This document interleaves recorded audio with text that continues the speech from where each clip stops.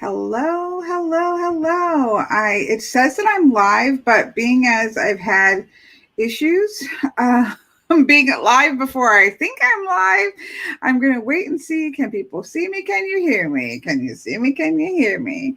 That is the question of the hour. I'm gonna shake up my juice. Hello, Miss Claire and Al and Jamie, I see, and Miss Selkie. People popping in, but I don't know if they can see or hear me yet. So I'm going to drink my Arizona watermelon. This is not sponsored.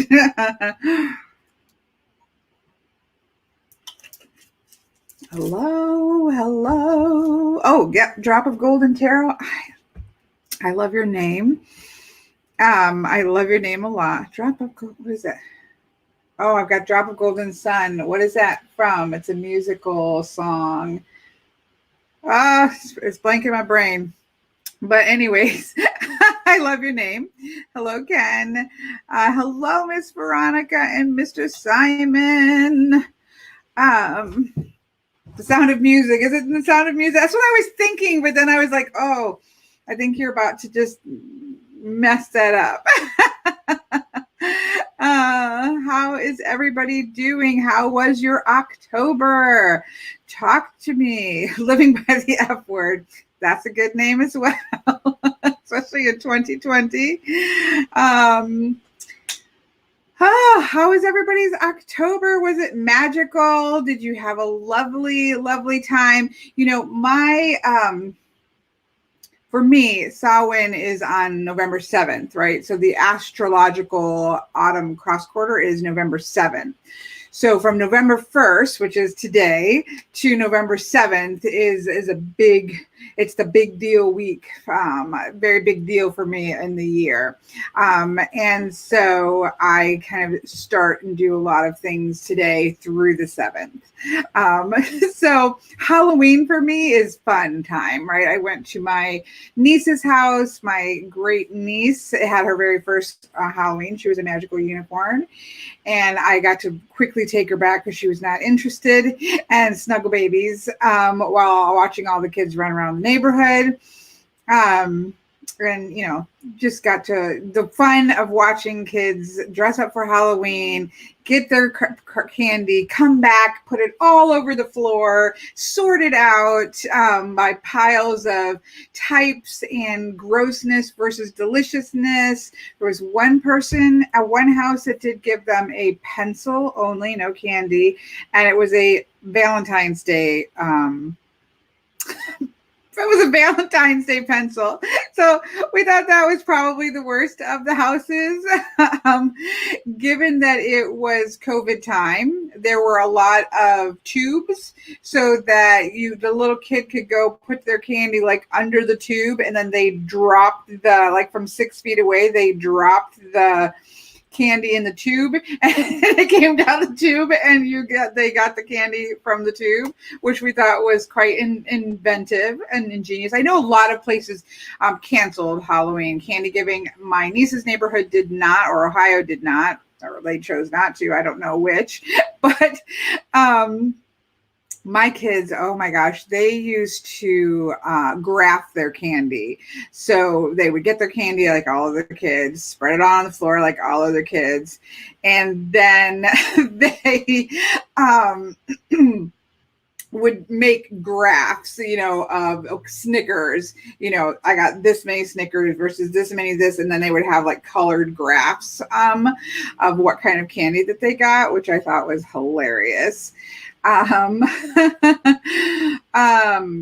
were a lot of kids out. Like I said, I only went like one block with the baby, and then I just took the baby back so my niece and nephew-in-law and the kids could hang out. So I prefer to be in the warmth with the baby anyways. But watching, there looked like there were a lot of kids out and about. Again, it's a pretty small, like everybody knows everybody kind of neighborhood, and so other neighborhoods may not have had those kinds of turnouts. I'm not sure, but I know my nephew-in-laws mother lives next door to them. And so she brought over, for all of us that were there, the adults, she brought over like a bag full of full-size candy bars and cookies and goodies. Like I got a Halloween bag too, which was awesome. But anyways, it was fun. Like I do love Halloween. But for me, it's not Samhain. So Samhain is the cross quarter is what's powerful in terms of magical woo-woo-ness. And so that's the November 7th for me. So it was fun just to enjoy Halloween yesterday. It was my son's favorite time of the year, absolute favorite holiday. So I started out kind of like, oh, this was a really sad day. And then my niece is like, come over. And I'm like, okay, I'm just going to go over. And I'm glad I did. It was a lot of fun. Yeah, that would make me sad too, Miss Veronica. I do love Halloween. So anyways, that's that. We'll talk about Halloween there. I'm going to start pretty quickly to go through these decks because I want to get them away from in front of me because it's making me claustrophobic to have all these decks piled up. So I do have a pile of decks that I have pulled out to do some readings with today that I have to do, and that I just love for October season. So wrapping up October season, all of kind of my favorite decks, and or a couple new ones that I can't say they're my favorites.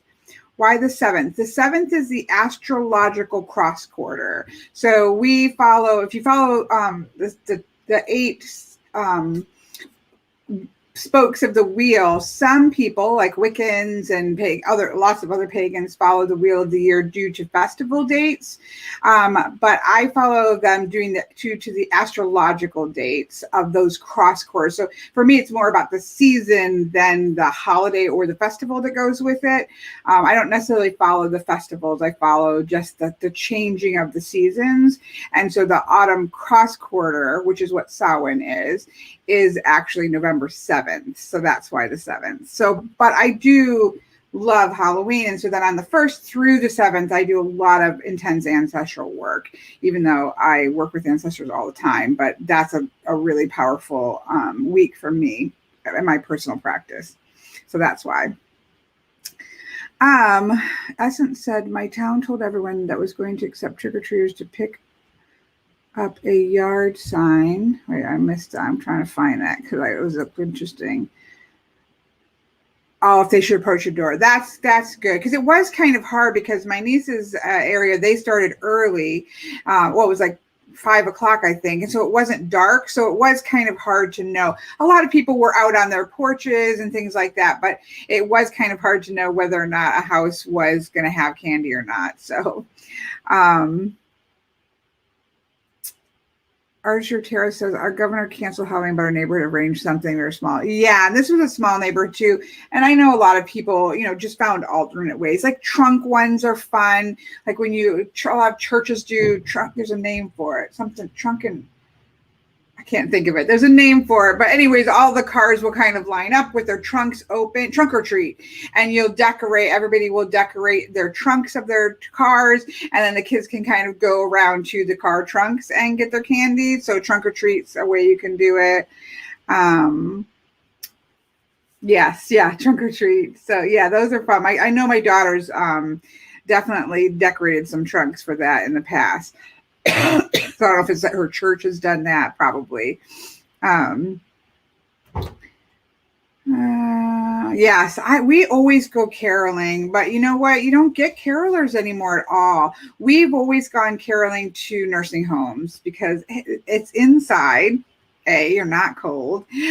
B, they're just so happy. The people in the nursing home are just so happy to see it. So we always have gotten our kids when they were little all the way up and friends, and we would go to nursing homes and do our caroling there. I don't know how people would react. Maybe I'll try to talk my niece and daughter into doing that in my niece's neighborhood. I don't know because, people don't do it anymore, but we've always done it at nursing homes.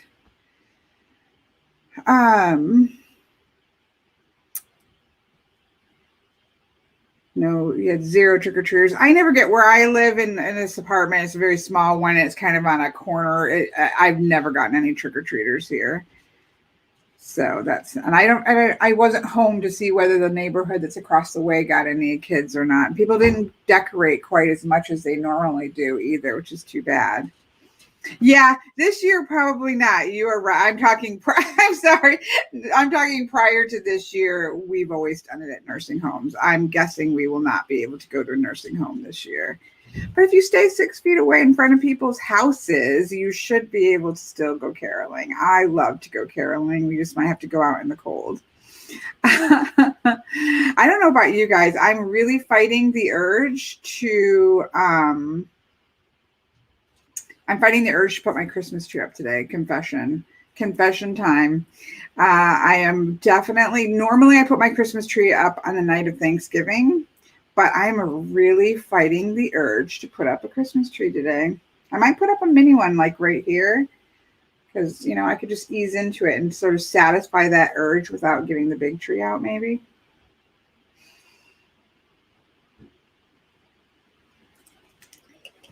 I can sing to 6 feet away. I can project. I can project.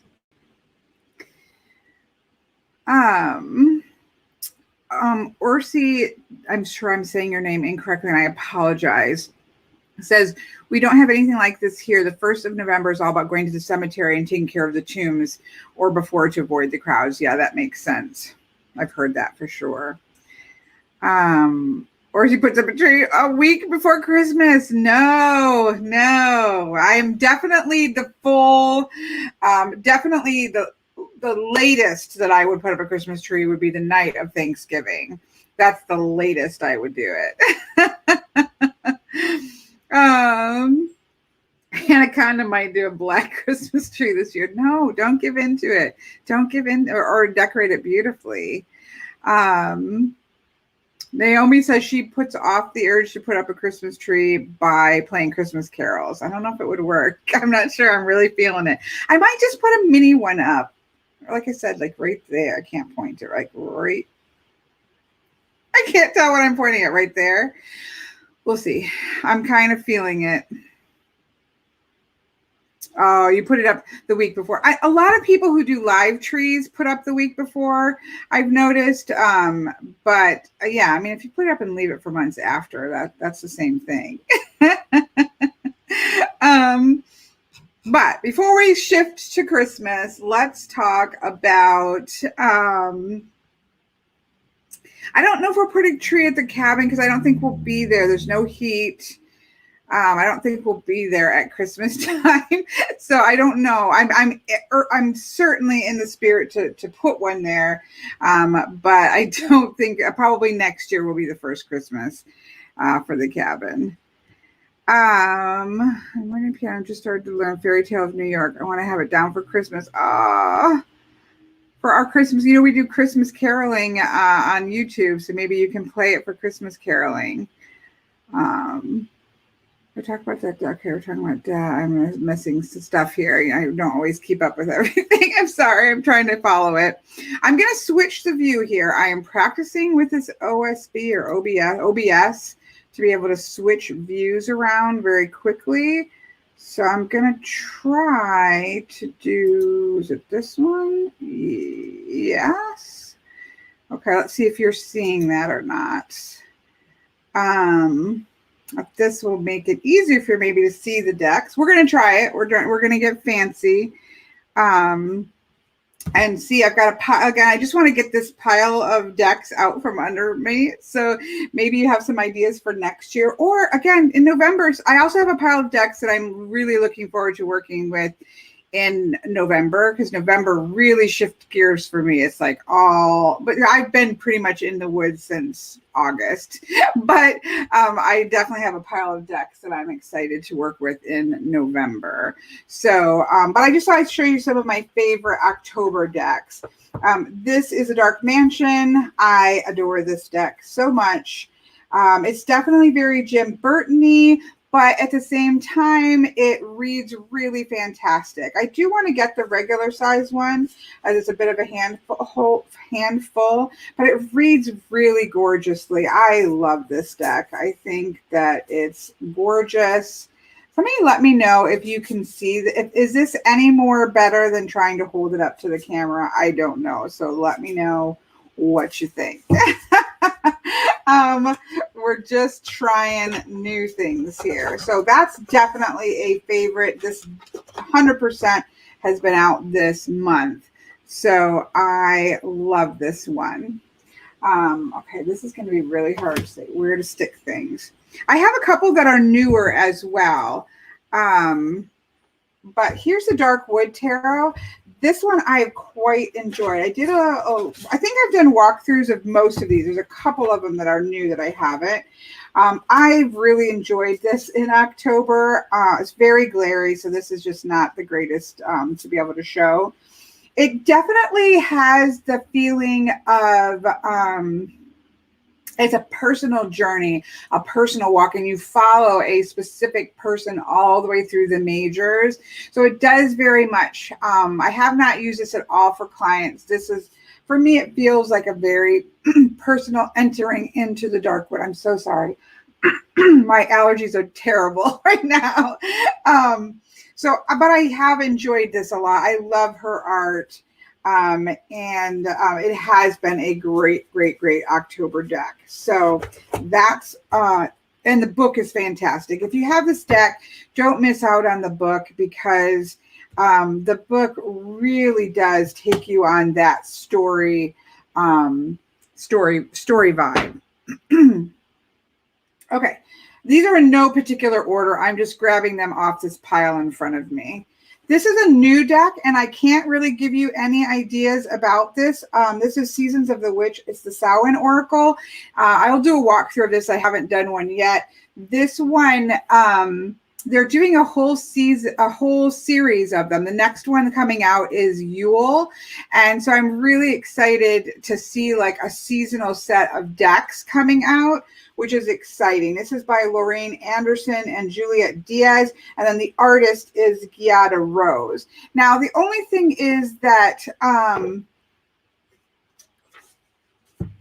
there are a couple, what I love about this deck, and I haven't used it a lot, but what I like about this, I've looked through it a lot with my friend, but I love the keywords on here. I love the cards that have been chosen for this. Some of the cards, to me, really only one that I can think of that really kind of irritated me. I do like her art, just very folk style art. But some of it feels a little bit young and Instagrammy. Like there's the graveyard one. Like, I don't understand what they're doing here. Like, they're like posing for Instagram around a grave. The graveyard is a fantastic card, and I love the card, and I love the fact that there is a graveyard card, and I love what's written about it. But I don't particularly like the image. Like, it feels just a little bit like they're posing for Instagram or something. But I'm excited to work more with this one, and also just to see what else they come up with, because I love the concept of having, a set of seasonal decks would be really cool. And so my understanding is that they're working on Yule right now, and that I think they're all being put out by Rockpool Publishing. This was a independent deck prior to this, and they removed a bunch of the cards. They did remove a lot of the male cards. There were a lot before, so it is a very female oriented. I think all of them in here. I see it as a gathering place. It's just the way that they look. It just kind of like, oh, I'm too old. Other people will love it. I'm just too old. That's all. We'll just chalk it up to my age. But yeah, I've heard a lot of good things about it, Sandar. So I just haven't had a chance. It came pretty close to the end of October for me. So I just really haven't had a chance to dive into it. I think originally there were 60 cards, Rachel. And I think it's down to probably 44s usually. Yeah, 44 cards. So they removed quite a few. I did watch a comparison, or my friend Patrick ended up with both of them, so he showed me both. So I I wasn't too upset about any of the ones that were lost too much. There were a couple that would have been nice to keep in there. I think some of it was redundant energy that they pulled out. So, there's some reason, why they probably chose certain ones. Okay, keeping on going. This was one, I did a walkthrough of this. I love fortune telling style decks. That's what I call them. I know that irritates people, but they're more cartomancy style. They generally are symbolic and they have a great snappy read to them. So I just call them fortune telling style, like the fortune telling style decks that boomed right in the 1800s and the early 1900s. So that's why I call them that. This is Antiquities of Magic Oracle, and I love this one. This is by the lovely, oh my gosh, my brain is Jillian Wiles. I love her work, so it's just totally a brain freeze. But again, I just like this style. And this is not something you can only use in October. This isn't really thematic, but I tend to really love to embrace that fortune-telling style decks during the month of October. It's just something I love extra. So this is definitely not something that you can only use in October. It's just one that I have enjoyed using in the season. So just to be clear, all of my decks I will use at any time of the year, but there are certain ones that you just kind of feel the vibe for during the season. Same thing goes for the next two. I love this deck so much. This is the Witchwood Oracle. And again, it's that gorgeous fortune telling style. Lay the cards, read the cards. Don't spend a lot of time. It's just snappy. You just get your message in there. Bam, bam, bam, bam. And I just love the look of this. This is one of my favorite oracles. It's definitely in my favorites cubicle, is where it stays. And this is, again, something I would use all year, but it feels very embrace the magical. So I love, love, love that one. Put that one up in my favorites. Another of my, if you've watched my channel, you know this is a long time favorite of mine, especially during this time of the year. Madame Endora's Fortune Cards. I love this deck. And again, I love this deck any time of the year, but it's nothing like feeling like you're embracing your inner fortune teller to grab this deck. It reads beautifully, and you can do a full-on reading. Like, this to me is not an oracle deck where you can just pull one to get some energy. You can do a full-on reading with this. I've had this for a long time and I love it so. This is one of my all-time favorite oracles. I love this deck. So yeah, there's that. Of course, following that theme. Here we've got a Lenormand popping in here. This is I think it's called the Halloween Lenormand. I could be wrong. I think it's called the Halloween Lenormand, but I can't remember. It's just cute. I mean, it's cute. It's kitschy. But it works perfectly. Like it's nothing that stops you from, it's very usable. Look at that. Oh, sorry. I know that was not. I thought this would be a better view. I can't tell whether this is. I'm going to need some honest assessments, but I feel like that's better than trying to do this, but maybe I'm wrong. Yeah, I just love this. Look at that. Oh, I love, love, love that. I don't even know if these are still available anymore or not. Look at the background. I'm not sure, but I love this Lenormand deck at Halloween time for sure. Another Lenormand. Oh my goodness. You all know, if you have followed this, that I love this deck. This is I always get the name wrong. It's not Bohemian Gothic, Victorian Gothic Lenormand. I'm so bad if it doesn't keep. This is so gorgeous. Such a gorgeous deck. Very dark. So it's definitely dark toned. It's kind of, sometimes look at that lady. Like that. Like, it's super dark. Like, to see the dog. I know it's got a bit of a glare going on there. It's not super shiny cardstock. Look at the scythe. Look at the sun. So even the sun in this is like Gothic horror. It's got Edgar Allan Poe as the man card. I love this deck. It's so, so awesome. Look at that creepy child. Hello, creepy child. Yep. Look at the man. Yeah, this is awesome. I think this is by White Rabbit. The company is White Rabbit, maybe something like that. But yeah, it's definitely darker to see it, but it's gorgeous. This is another. Well, I guess we'll wrap up the Lenormand ones. This is the Nosferatu Lenormand by the Crone's Bones. You can go. She has a yes and no set of bones that I love. So if you go on Etsy, it's called the Crone's Bones. And this is called the Nosferatu Lenormand.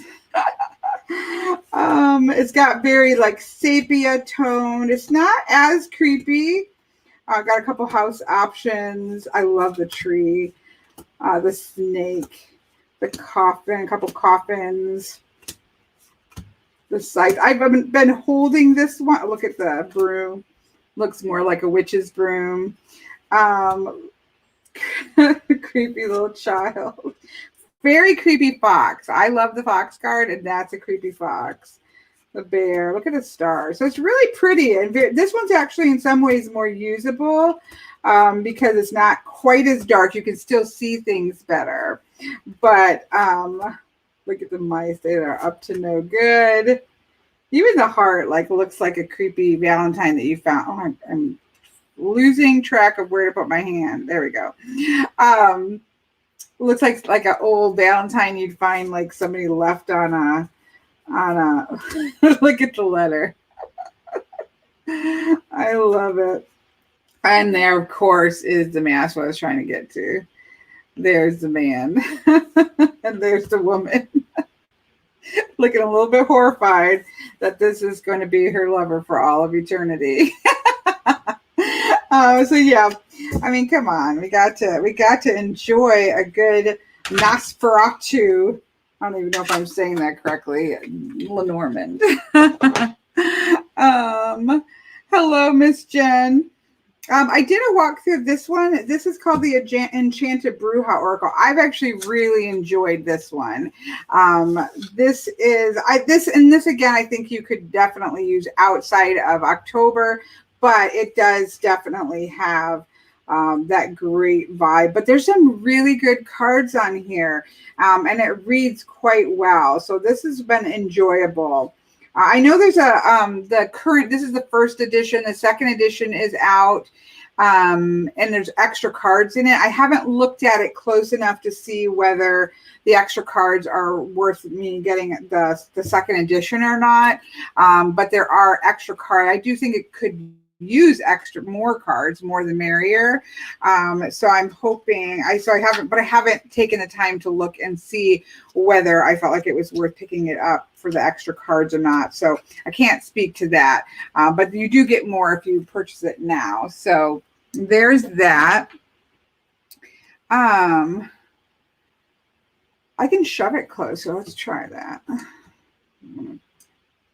I wish that one thing I do wish is with the lighting that it didn't. I wonder if I turn this on. It's gonna make me bright for a second. Maybe that will help. Let's try that. Maybe take it from being so. Now I'm glowing. Hello, glowing people.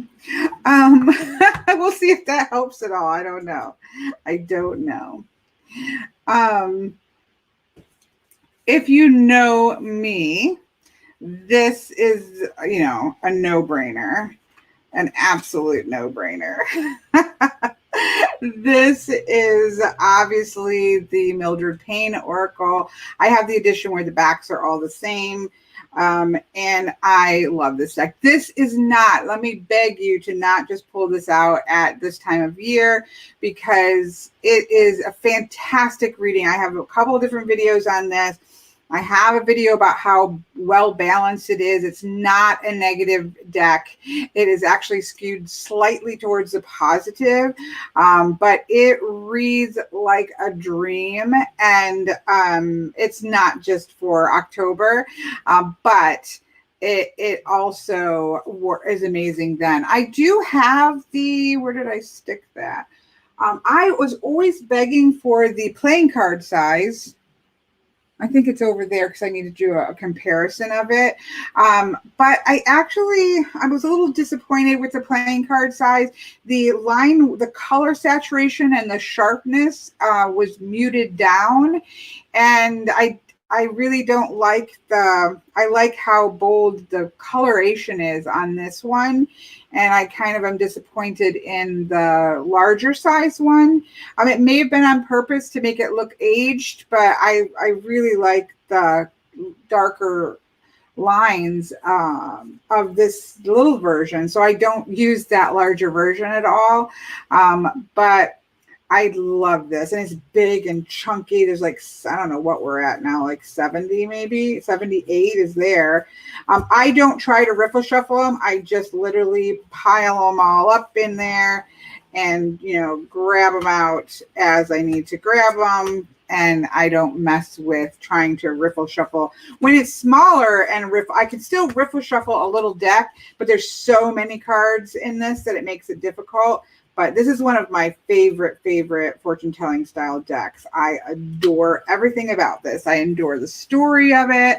I loved the, just how all the expansions came out. I just loved everything about the Mildred Payne experience. So there's that, a no-brainer.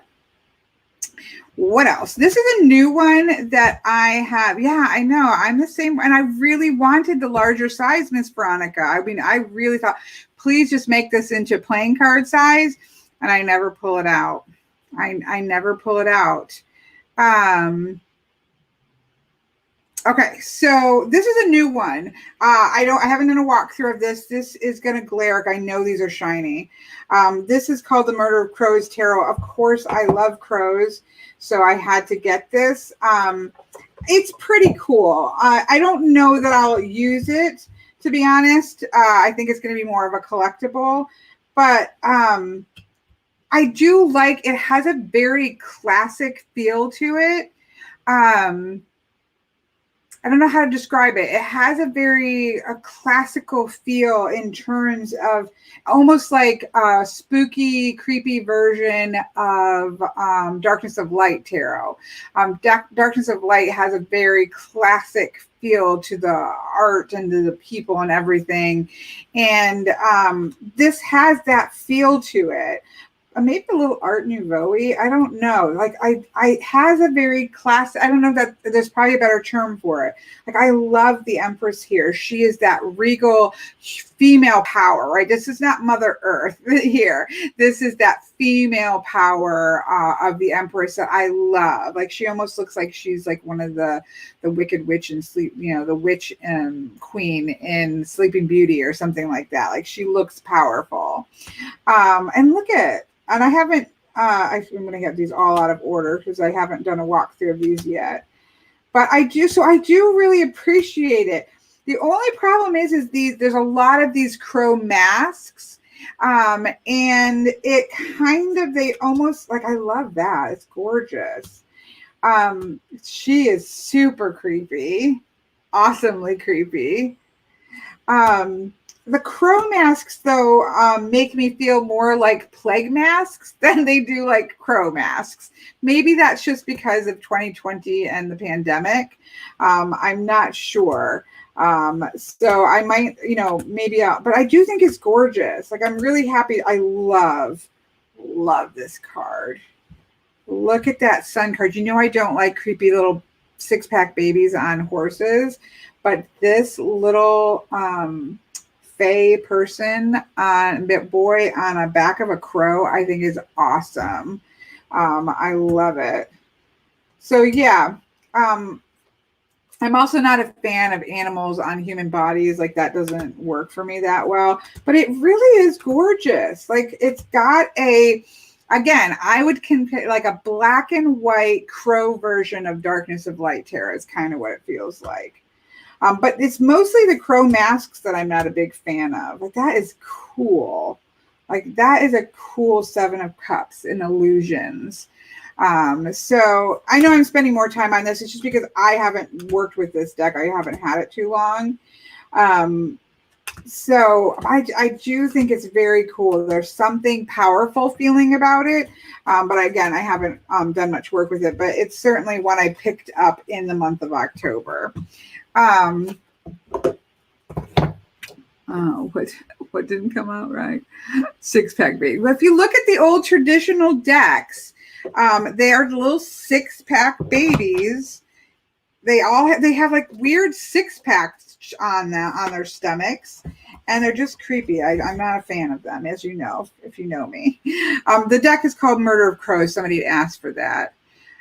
So it's really cool. I'm glad I got it. Again, I just haven't really worked with it too much, but I am glad I picked it up. Now, come. You know, if you know me, that this has to come out. This is the Bohemian Gothic Tarot, and it's one of my all-time favorite decks. I don't use this just in October. Look who showed up right away. This is the only deck in the card in the deck that I would consider creepy. It's not a creepy deck to me. It's a really good, powerful deck that really has a sweetness to it. It really has a nostalgic sense to it. It very much plays with light and shadow in an amazing way. I can't speak of this deck more highly. When I got the deck, this was the only card that I was like, ooh, I don't like that demony guy here in 7 of Wands. And then, of course, what happens is he came out all of the time, because that's what happens when you say you don't like one card in a deck. You get it all the time. And he became my BFF. We are BFFs. I love him. But it's a gorgeous, gorgeous deck. Pay attention to where the light is. Pay attention to the backgrounds if you have this deck. The monster is very often not at the let me say that the other way. You think that the background, that there is a monster lurking, but the monster is actually the magistrate here, right? Because he's holding the book of how, witch trials. And so it just, don't just go for the obvious, but look a little bit deeper in the, I actually think there's not for some, I can never say his name, but look at, he looks so sad. Like he loves her and she's not interested in him because he's ugly. Anyway, it's a beautiful, beautiful deck. It is one of my favorites. It was one of my favorite decks to walk through. The second favorite deck for me, enjoyable deck to walk through, was the Oak, Ash, and Thorn. Those two are probably my favorites. Like, it was just fun. It was just fun to walk through it. It just made me so happy. So anyways, love this deck.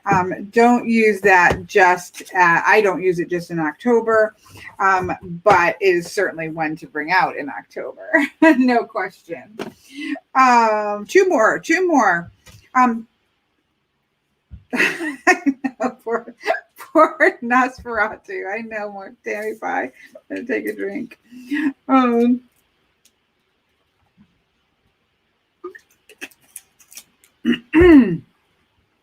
Hush Tarot. Now, this will go into November, but it did have its place in October, so I did want to mention it. I think it's because of, I know not everybody loves this deck, but I do really love this deck. I love that it has so much of the decay and the growth. So it's got life and decay in the deck. And we don't get a lot of decks like that. That is the cycle of nature. Life and death and decay, and that cycle repeating itself over and over again. This is what nature is, right? And I think a lot of times, nature loving us, we tend to just focus on the growth aspect of nature, and we don't we don't understand that this is all part of the cycle. And so what I love about this deck is that it does lean into all the full cycle. And of course, it's very Fae for me, which is important. There's not a lot of Fae decks. that work with my understanding of Fae energy. And so I love this deck. It's definitely one that you just have to walk into the forest with. It's not going to be a perfect representation of the Rider-Waite-Smith or anything like that. You just have to be willing to lean into whatever comes up. For me, I'm working with the numbers and then what comes up in the card for me. And I just, like, that's a perfect example, right, of that understanding of death and decay that is all part of the natural process of life. And so I really love this deck, and I will continue. This will continue to be something that I use in November as well. But I did feel like it works in October as well. So I want to, it does have a slight creepy vibe to some people. So then the last one, I saved the, epitome of October decks. Again, I don't use this just in October, but you all know I absolutely love the Halloween Oracle by Stacy Demarco. The only thing that was negative for me about this particular deck was the backings, because I actually find this deck to be super, super powerful. And the back of it has traditionally, I don't know if I have anything. It has like more of the kitschy vibe. It had little ghosts and pumpkins and things like that on it. But my friend Patrick spray painted the backs of these, and it's held up beautifully. I absolutely love. The one thing that irritated me about this deck now no longer irritates me. It's one of my favorite cards. It's super powerful. It's got a couple kitschy cards in it, which is perfect for Halloween. Halloween does have a lot of kitsch in it, but it also has very powerful cards. And it reads so beautifully and so strongly. It's certainly not a deck that I only read in October. In fact, I love this. You need trick or treat. You need the element of play. It is part of the season, and it is certainly works in the flavor of the deck as well. But for the most part, it's really just powerful. I love this cauldron. Pulling the cauldron and going and finding the cauldron and look on either side of the card to see what should you put into your cauldron. That's a great way to read with this deck. Any deck that has a cauldron in it, I love to do that.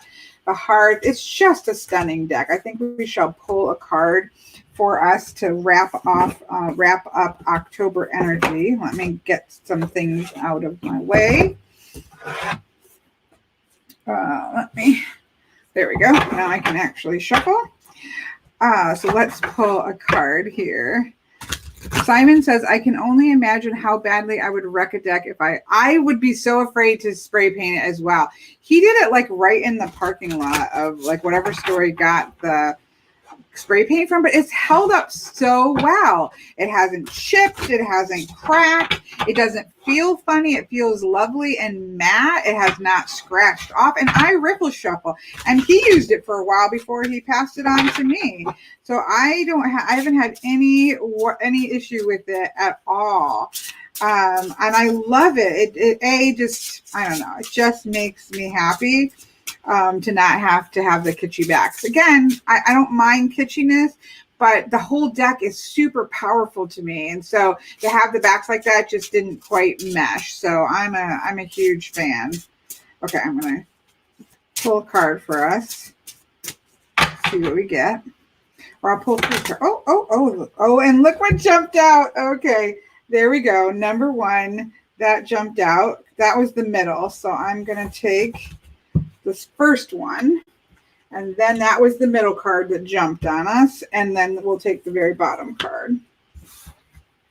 I'll have to, Simon, if you message me or something, I'll try to ask him. It was a matte, I can't remember. I'll have to ask him to see what it was, but it was a matte, I can't remember, but I love it so, so much. Okay, so the cards that we got, we have Midnight, and I love that this is Midnight because this is November 1st, so we are kind of at that moving over. But for Midnight for me is that liminal space, right? So I feel like the whole world right now is in liminal space, that we are all in the midst of this extended liminal space. And I think that it's really, making a lot of us uncomfortable to stay in this sort of limbo in between liminal energy for an extended period of time. That's my personal theory as to why. There's a lot of reasons why we're all uncomfortable in the way things are. But for sure, this extended liminal space where we're supposed to kind of go in and out of liminal space, and to be stuck in that liminal space can be quite difficult, right? It can be hard for us. But I love this idea of mischief and play coming here, because one of the ways to get through this extended liminal time is to fall into the play, to embrace the magic of play in divination in our lives, like to find those bright spots and to be able to lean into them. I think a lot of times, because everything is so heavy and there's so much powerful shifts that need to happen, that to have a little bit of we can feel guilty about playing. I felt like this. You feel this after you've lost somebody. So after my son passed away, when you start to get to the point where you start to see bright spots and you might find yourself having a little bit of fun, there's this almost weird feeling like I shouldn't be having fun. Like things are so heavy. How can I be laughing or joking or having fun? And I think that we can feel a little bit of that in this crazy space that we're in right now. So to have this show up, I think is good. So leaning into play. It's okay to have fun and play, even in the midst of heaviness. In fact, it's necessary so that we don't go crazy, right? And I know crazy is not really a term you should use, but so we don't really start crawling out of our skins. We should have some of that play. And then I love that the ancestor cards show up. For me, this has been the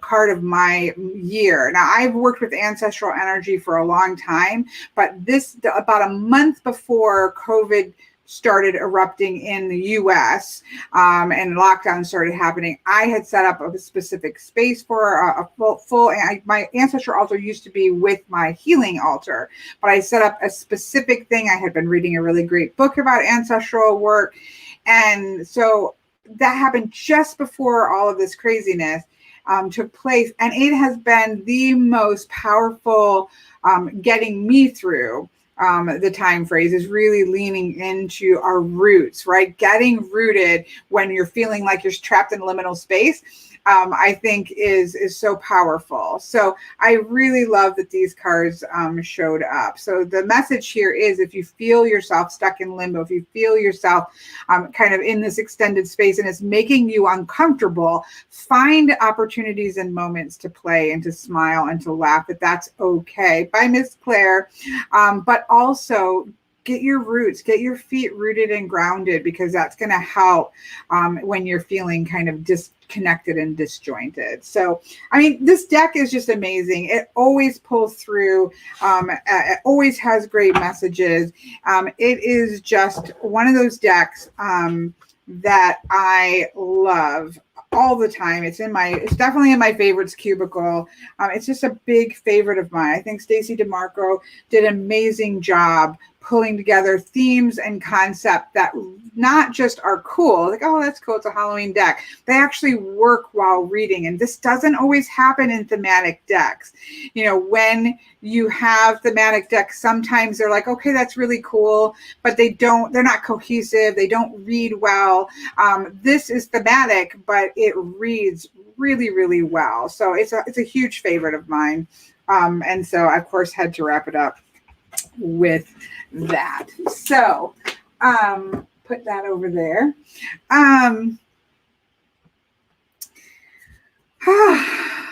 Okay, so now I have the cards out in front of me so I can breathe a little bit.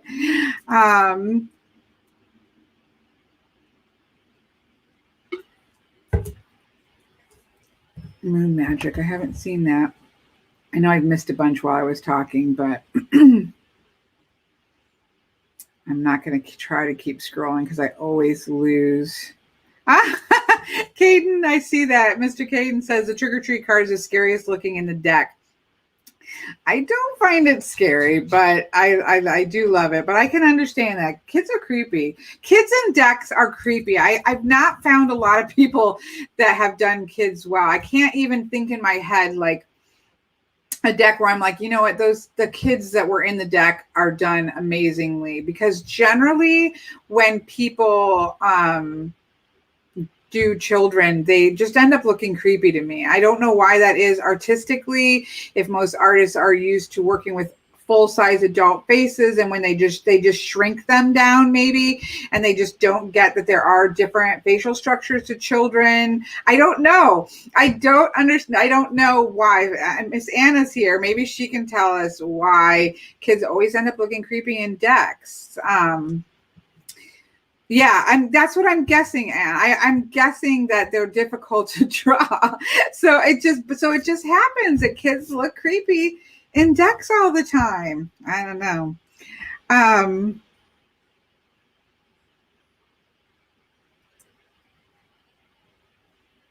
They don't have any wrinkles or expressions on it. Yeah, so they get that. Maybe that's what it is too. Like, so then they get like this flat look to them, and they just look like creepy children. I don't know.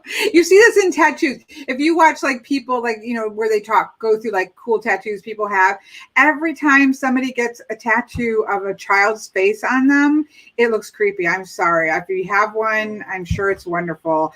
But most of the time they end up looking super creepy. My guess is there's something about that transitional bone space that kids' faces are in. And again, maybe that flatness of no wrinkle lines and things like that just end up being super creepy. I don't know. Okay, I have another pile of decks. Do we want to go through them or not? I pulled them. We don't have to go through them. These are the ones that I'm excited about for leaning into November. The only decks with kids that look semi-decent are more classical art styles. Yeah, that makes sense, because, yeah, those have, you know, those are all done by, you know, people who probably really worked hard to get to that point. My brother had a big head when he was throwing her brother under the bus.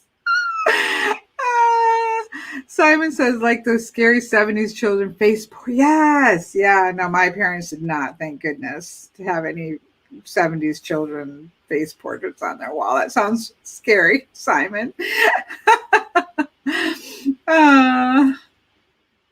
only decks. Oh, yeah, I saw that. Okay. They often have blanks here. I agree, Artistry of Tarot. They do just, I don't know what it is.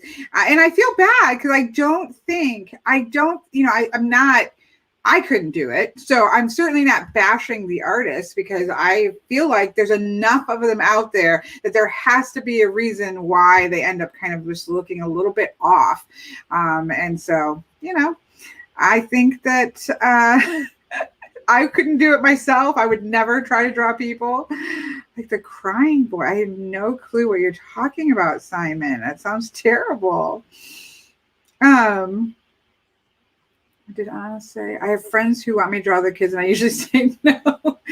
I mean, Anna drew my son in Oracle of Echoes, but it's his back. So that makes it easier. Yeah. Okay. So those decks are what I consider fantastic October decks. Again, not just to use in October, but definitely I love to work with those decks in October. 'Tis the season. But we're on November 1st. We're in that liminal space between October and November. I love Halloween, but November, I love all of fall, right? All of fall, the harvestiness, the falling away, and the clearing of space, everything about fall. There's nothing that I don't love about fall. So November is always exciting to me because it just feels like we're just like, you know, we started with that Halloween, but that's more the fun and the jack-o'-lanterns and things like that. And then it just shifts into full on fall, the colors and the fallen leaves and the pumpkins, but not jack-o'-lanterns. November, my family did not celebrate Christmas. after about 5th grade. But Thanksgiving was as big as Christmas. We had Cookie Day. We still have Cookie Day where we make everybody comes together. We make hundreds of cookies. We have Thanksgiving. We exchange gifts on Thanksgiving.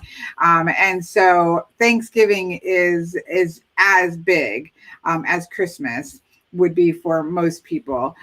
It would be a comparable to that. So I love November. So I have a pile of decks that I'm either already using most of them, or I'm really excited to be leaning into. I thought, did I bring over? Yeah, I brought over that one. So I'm going to pull these out here a little bit. And I think somebody asked me, I'm so sorry.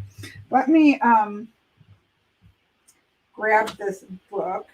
If I can grab it. Here it is. Somebody asked me what was the book that I was reading earlier this year about ancestors, and it's called Ancestral Medicine by Daniel Four. It's not four, it's four. This is a great book. I think this is a fantastic book. I certainly recommend it. It's really great for giving you, it's not that I would, practice everything that's in this book, but I feel like he does an amazing job at really talking about the different aspects of ancestral work, and understanding of, like, I mostly work with my genetic ancestries. I the most often do, but we also have ancestry of the land that we were born on, that our feet are on. We have ancestry of what I consider like inspiration, or people that have inspired us, artists, writers that have no connection to us, but they've made a powerful impact on us. That type of thing. I also love the way that he delineates and that understanding, because some of us, we say we don't want to work with ancestors because my family history is not good, or there's a lot of shadow in our family history. But you can step beyond that, because your ancestry goes back really far. And so it's like, okay, there's those ancestors who are recent, recently past beloved ancestors, those people who they're part of your family, your grandparents, my son, those types of things, people recently in my family passed. And then you have the ancestors that you can name. I know this is not a show. This is not a video about ancestors, but there's the ancestors that you can name. Your family tree. Some of us, and we can name back quite a few generations. I can name back quite a few generations on all sides of my family. And then it goes back beyond that to your ancestors that where they're from. Like, I have tons of ancestral energy in Sweden. I have tons of ancestral energy in all the areas that I have ancestors from, Germany and all these types of places. And so I know that they were there, but I couldn't tell you what their names were. And then it goes back further than that, right, into those sort of ancient primal ancestral energies that we all start to coalesce and start to come together and have similar ancestor bases through. So anyways, I think he does a really good job. And there's also a lot of questions. So there's at the end of each chapter, there's a bit of a workbook area that has you. It's not an example. It's going to be. I probably won't find one. But there's questions that it has ask you and stuff like that. So it's helpful to kind of get you thinking about it, because some people don't, right? Like Naomi says, some people they don't know, they can't name their ancestors. That doesn't mean that you can't, it doesn't mean that you can't work with them. In fact, that would be, to me, an impetus to really start to work with them. So anyways, that was the book that I was talking about. I'm so sorry. Hopefully whoever asked me that question is still on and saw that. But so yeah, okay. Side trail, right? Sound of Art Magic says ancestor work is so powerful for those. Yeah, I agree.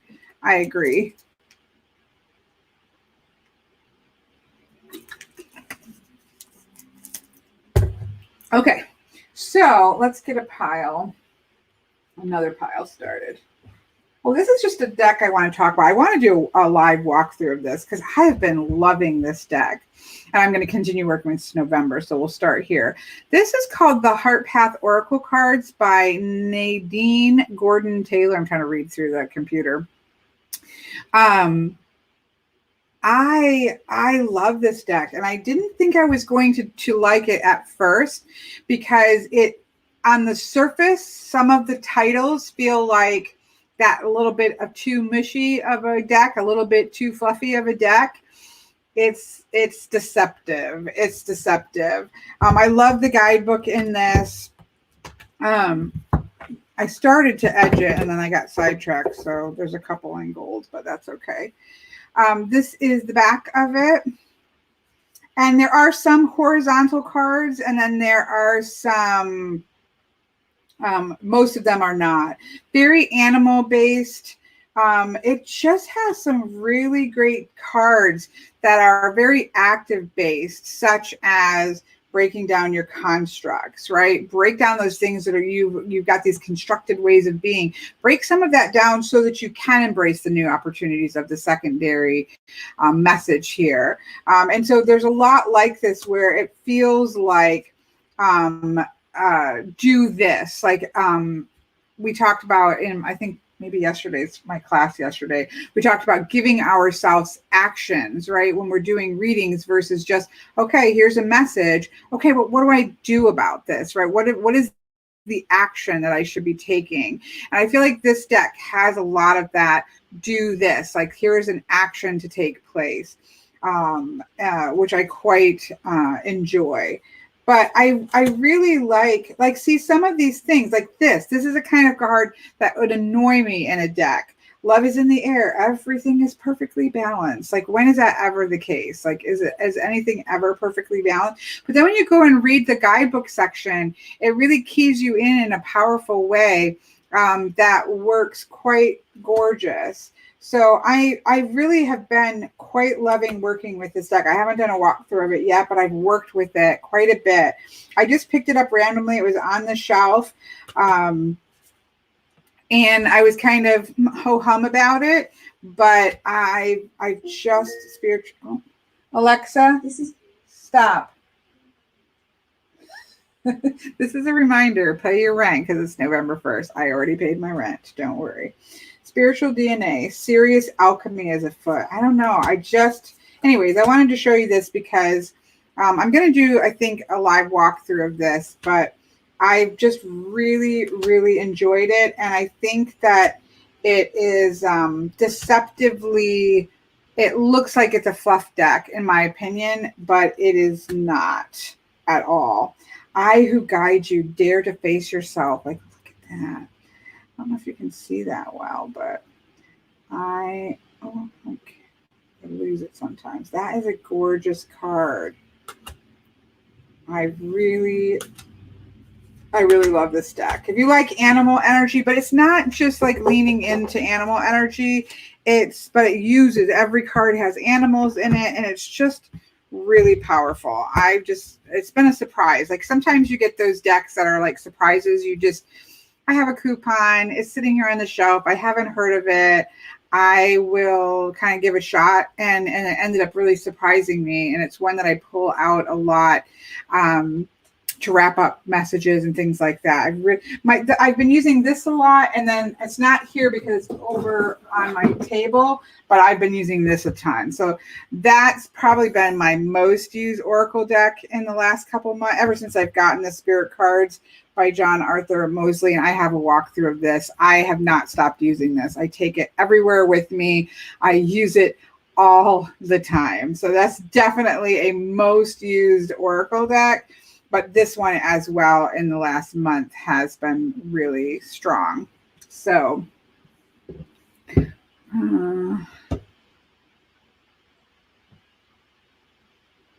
Oracle decks. Why do they put, I don't know why any ugly borders go on any decks. I don't know. I think it's for printing purposes. I have such work to do to organize my, cubicles. Are a mess right now. I'm sorry. I know I keep drinking and on camera, but my allergies, I just need it. I just need it. Another most used Oracle deck is definitely the, oh my gosh, I'm going to blank. Illuminated Earth Oracle. This is of the year, this is one of my most used Oracle decks for sure. Absolutely love this, but definitely November-y. Like this feels like November. It feels like all year. This has not gone off of my sacred space since I've had it. This is probably one of my long-standing. I love this deck, and it feels very November. It's a genius deck. I love it. So that's in my pile for November. My newest one that I'm so obsessed with is in my pile for November, of course. The Hush Tarot we already talked about, yes. And this works gorgeously with the Hush Tarot. This works gorgeously with a lot of decks. I love it with the Moon Tarot. It works amazingly with the Moon Tarot. It's gorgeous with the Hush Tarot. It surprises me how many decks that this actually works really gorgeous. I use it with the Crow Tarot a lot. It looks great with the Crow Tarot.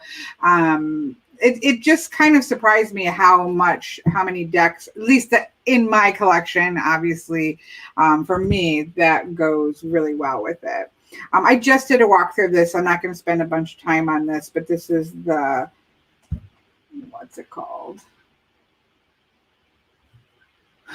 Witch's Tarot? Witch's Wisdom Tarot. Witch's Wisdom Tarot. Yes.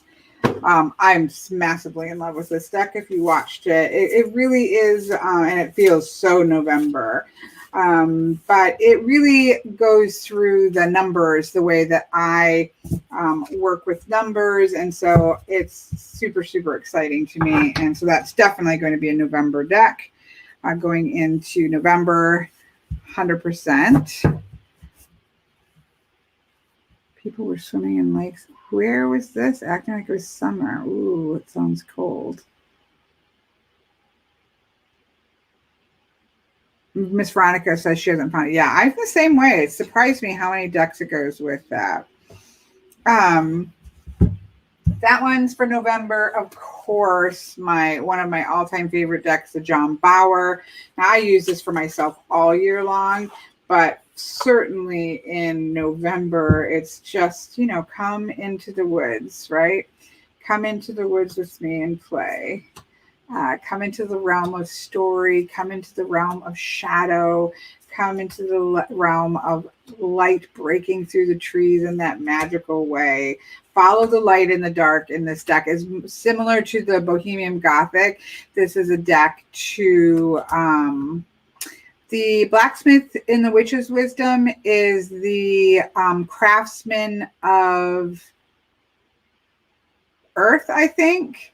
I think it's the craftsman of Earth. So similar to like the king. I wouldn't call it the king, but they use a craftsman. I don't think it's a one-to-one comparison to the king, but similar.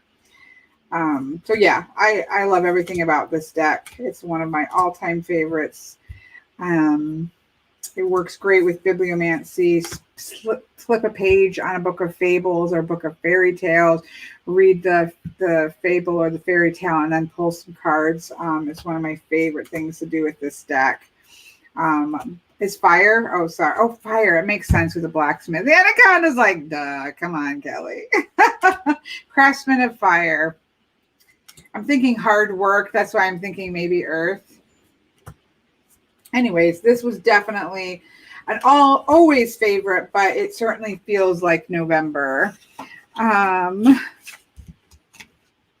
So that one has to be in my list. What else do we have? Oh, the Ancestral Path Tarot. Yes, this was a birthday present. I had the new edition for a long time. Has it been almost a year? But it's so big. It's beautiful. It's so big. I didn't find myself using it very often. And my best friend had gotten me this for my birthday. which is in September. So this stays on my ancestral space where I do personal readings. But I love this smaller edition. It's just, but you can get this one in mass market. It's back. I think US Games did the larger one. So you can get that. But this is the first edition version of it. And I love it. And it feels very this time of year, although again, this will be all year round for me, but I love it. And the Pentacles, Sacred Circles are my favorite suits in this deck. I just love it. You'd think it would be the Arthurian ones because I do love Arthurian legend, but it's the Pentacles in this suit. I just love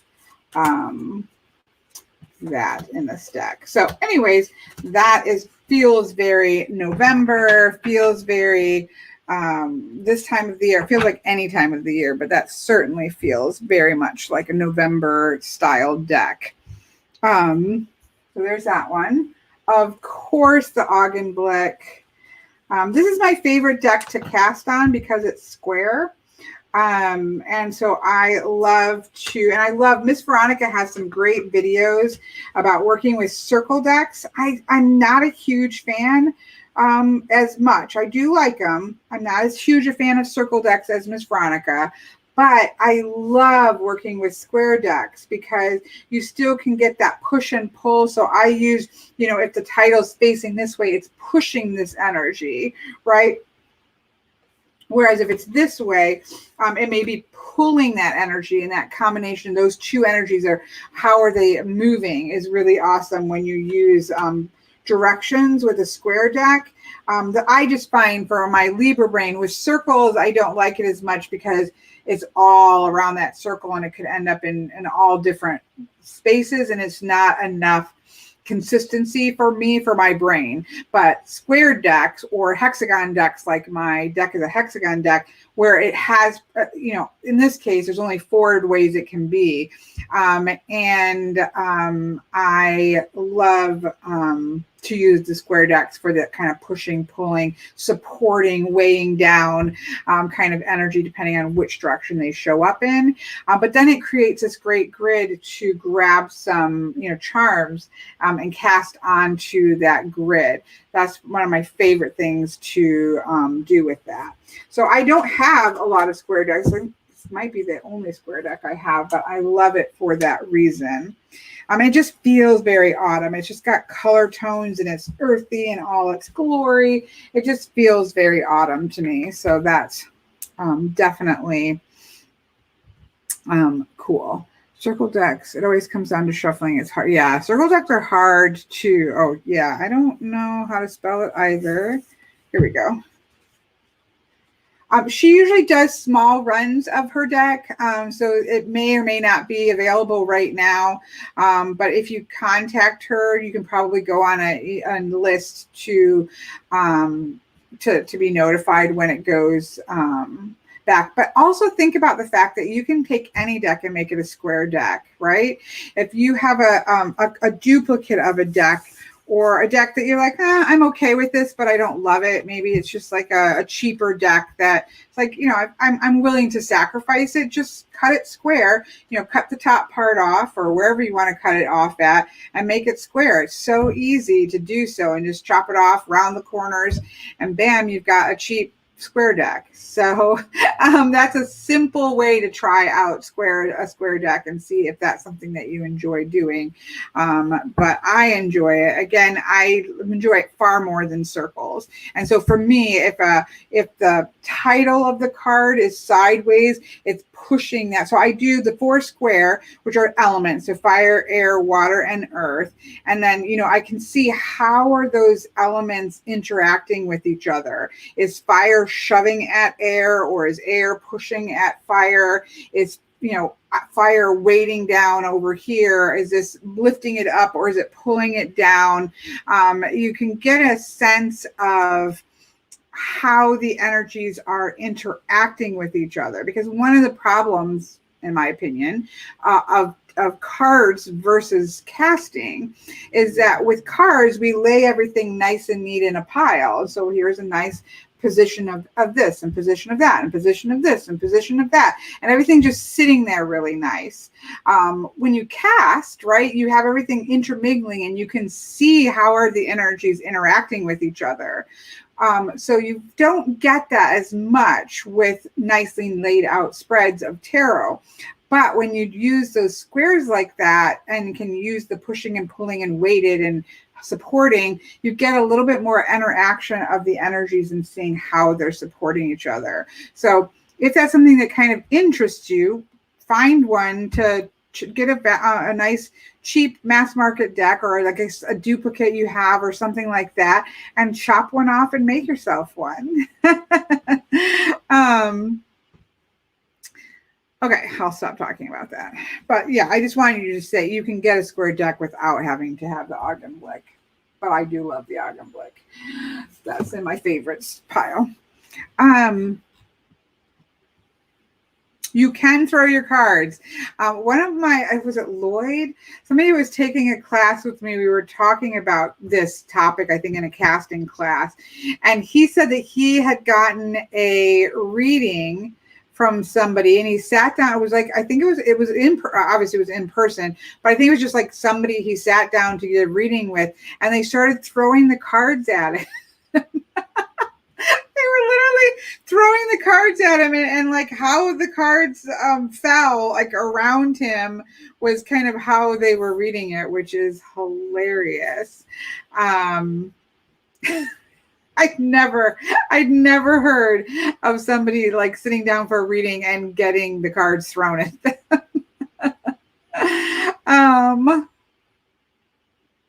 Robert Place did that with my square Rider-Waite Smith. He threw them on the floor and he read them. But at least he didn't throw them at you, Miss Veronica.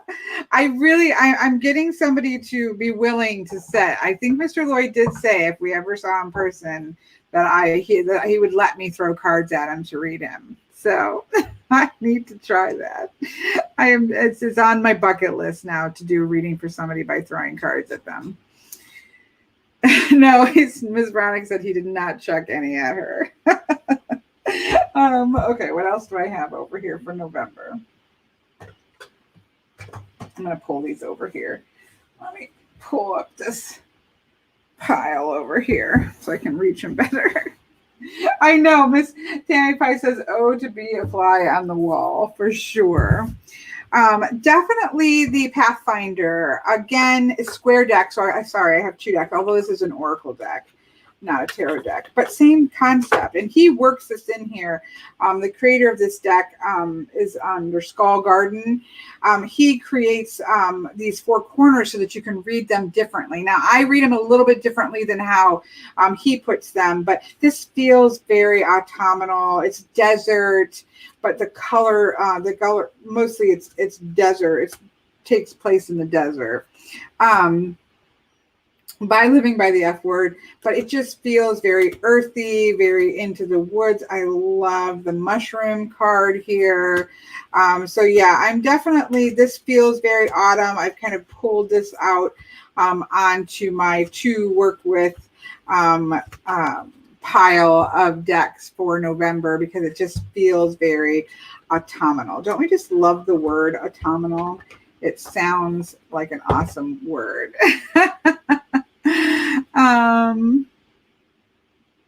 Let's see what Miss Mayron's song is saying. There is a tarot game book that you can do a full moon reading like that. You place the full moon card in the center and toss cards at it as you walk around in a circle. I mean, you could do that with tarot. Just get the moon card out, put it in there, and yeah, start chucking cards at it. I might try that today. I'm determined to throw cards around. I want to work a little bit more with this one in November. I've been a little bit disappointed with it, even though Fae energy for me is not just energy, right? So it is energetic. It's something that I've worked with since I was a little child. And I don't I do believe in the fae. Maybe not fairies like Tinkerbell, but I do believe in fairies. I do. Don't let Tinkerbell die. But so I have so for me, fairy decks are mostly misses for me because they don't hit with that primal, deep, ancient, old, under the burrows energy. That is what I see. Same reason I don't really like angel decks. So I don't like angel decks because mostly they look like fluffy, sweet, loving, white-winged angels. And for me, I think of angels as much more powerful. I mean, let's be honest. Read your Bible. if you're a Christian and you work with angels, like, read your Bible, right? They're powerful, and they're often there is a militariness about them, and a ranking and a powerness to them that to me just doesn't really translate in New Age style decks. Is it snowing out or rain? It almost looks like it's snowing. Oh my goodness. I can't look at my phone because it's being used. I think it's snowing out. I don't want mean looking angels, but I want powerful angels. I guess that's what I'm saying. They just don't come off as being powerful, and I would think of them as more powerful. Anyways, rabbit trail. My point is that most fairy decks do not work for me because they just don't look like what I see fae. So the closest decks that I work with that are fae would certainly be the Tarot of the Hidden Realms. Speaking of which, has anybody seen this? Oh my goodness. Can we just set that there for a minute? So I love Tarot of the Hidden Realms. I love the Brian Frouds because Brian Froud, I believe, sees fairies, and that's why he draws them that way. I think he would be the first to say so as well. It's fantastic. The Hush Tarot to me is a fae deck. The Children of Litha has at least that energy of fae-ness to it that I like. But there's very few fae decks that I love. I know, she's mad now. Anyways, so when I saw this deck, I was really excited about it. We're going to come back to the Stone Maiden. I'm so excited about this. But I was so excited. I knew I was going to chop the borders off because it had, I feel like, kind of really bad borders. These are ones. Okay, these are ones. Oh, here, do I have a couple? It just had really thick borders, and I wasn't a huge fan of the keywords, but I was a fan of his artwork. And so I chopped it all off to be able to use it. I do feel like it's got a very Brian Froud, not in the sense that he was stealing from his art style, but it just has that feel to it. I don't particularly like the skeletons. I'm deciding if I'm keeping those in. But it has, it's really got a gorgeous ness to it that feels kind of like the Brian Froud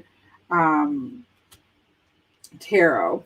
And so I haven't used it a lot. I just got it. I chopped it all. I mean, look at this transformation card. It's like a werewolf, but not like a pretty, this isn't like fluffy werewolves glittering in certain movies that we're talking about. Like, this is like a transformation into a wolf that it looks painful, and it feels like transformation.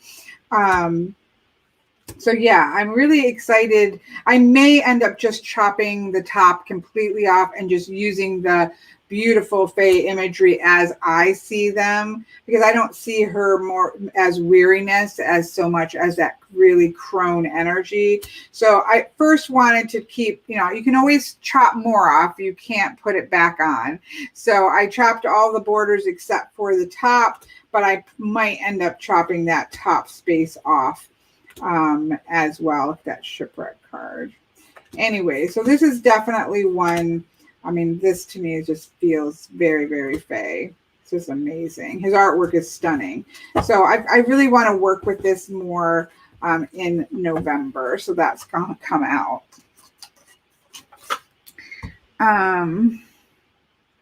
Angels in the Bible are terrifying. What deck is this? This is the Woven Wisdom Oracle. It's it's by Steve somebody. The website is thewovenwisdom.com. It doesn't have his name on the outside.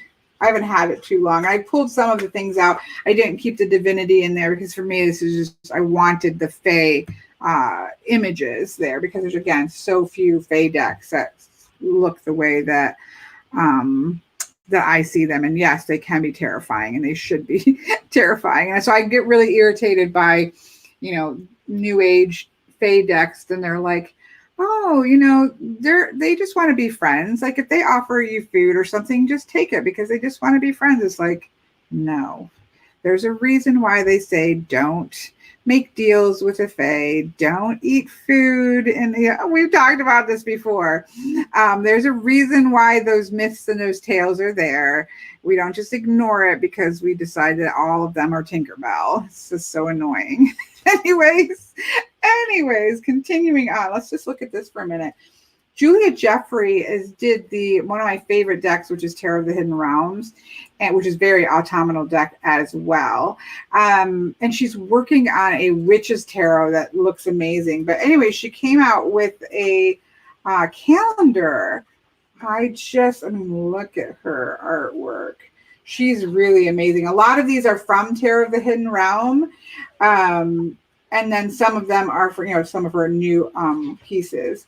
So if you like that's the Lover's card from Tarot of the Hidden Realm. That's from Tarot of the Hidden Realm. That's the Empress from Tarot of the Hidden Realm. That's from Tarot of the Hidden Realm. I love that. Look at October. That is gorgeous. I think that's the King of Pentacles in the Tarot of the Hidden Realm. I love, love, love that. I think this is maybe from her new deck that's coming out. But her new deck looks, I follow her on Facebook and she puts up paintings and things like that. And it's so, it looks super, super powerful.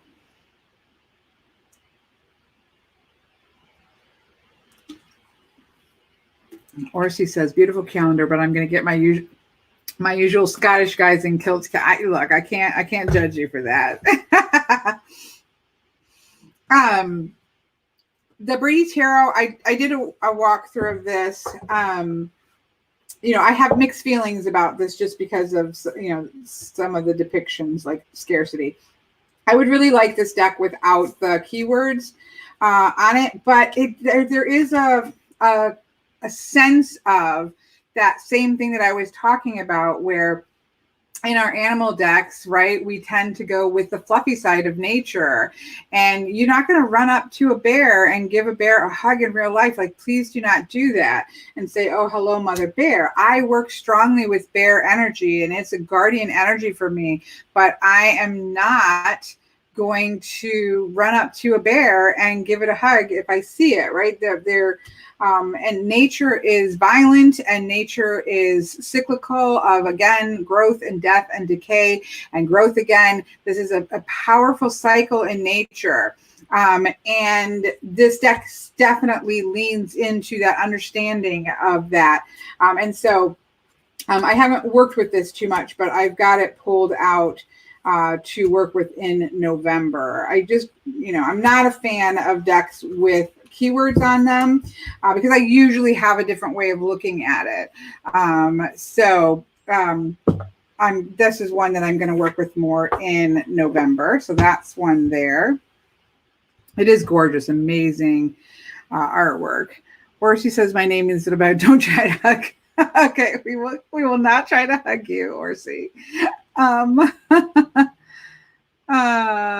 Claire is going for her usual Llewellyn calendar. I'm fond of it, and leftover calendars get used for journaling. Nice.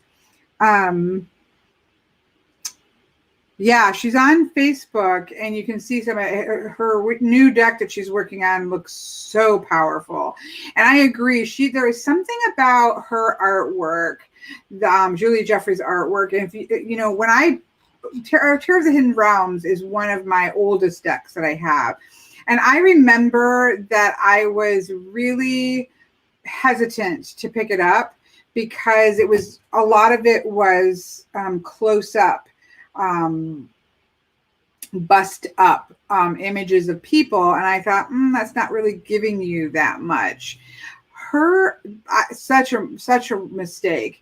Her art, she has something about her ability to facial expressions and body postures. If you start looking at like the body postures in the cards in Tarot of the Hidden Realm that are really visceral, and as well as her facial her facial expressions on her in her artwork are just really powerful. They pull you in. I mean, I do believe Tarot of the Hidden Realms is one of those.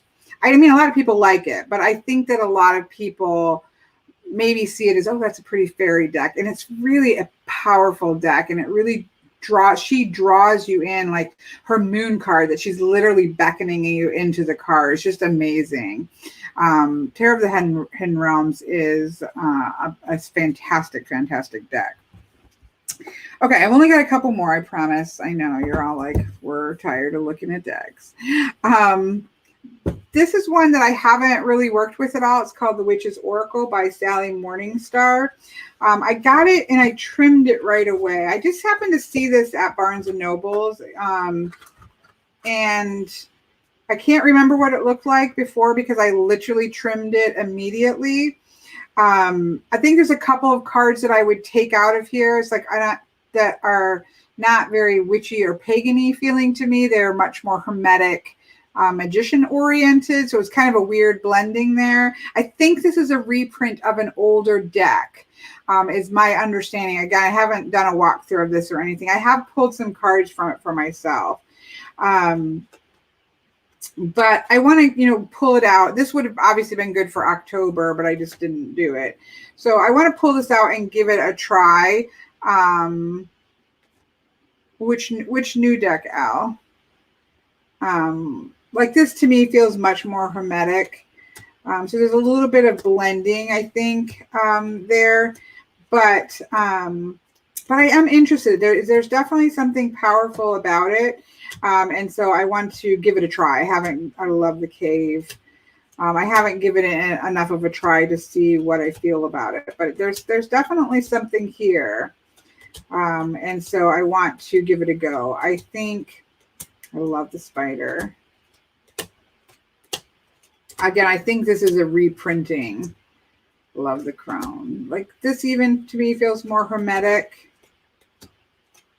but Hannah Conda. So, see, I haven't heard it yet. Yeah, I think it's a reprint.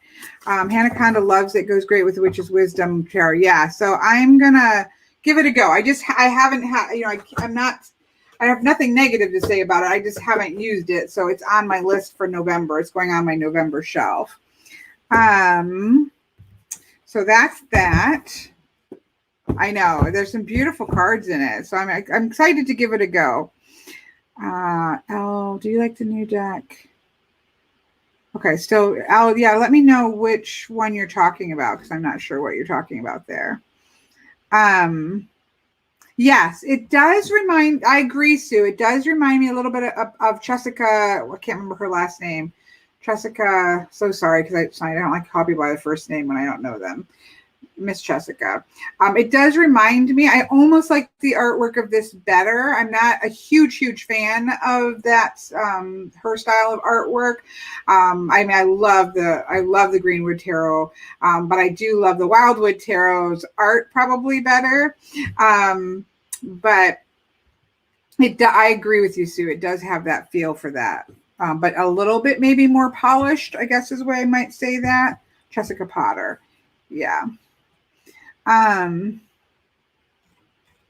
Okay, so what else? Okay, this is one that I love. This one is called Force of Enchantment. This is definitely Again, I don't just use this in November, but it works amazing in Into the Woods, which is November for me, right? This is a fantastic deck.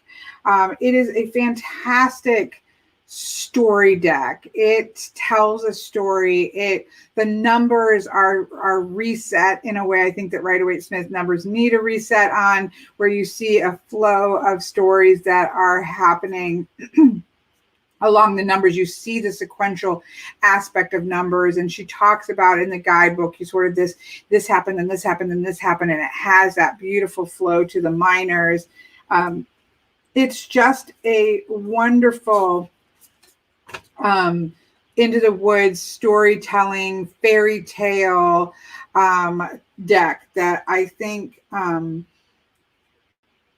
is gorgeous. Like, I really like this deck, and I don't tend to like a lot of these decks. You know, Llewellyn has a lot of these decks that can get a little bit too cutesy for me.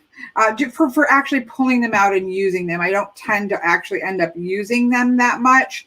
This is definitely an exception to that. I think I love the Council of Animals. Again, I love animals. I love working with animal decks. I love working with woodsy decks. I love Into the Woods. I love fairy tales. So it's not too surprising, but this one is a powerhouse to me. It's called the Forest of Enchantment Tarot. And Linnea Weatherstone makes amazing guidebooks, and this guidebook in here is really fantastic. I mean, look at the Six of Boons.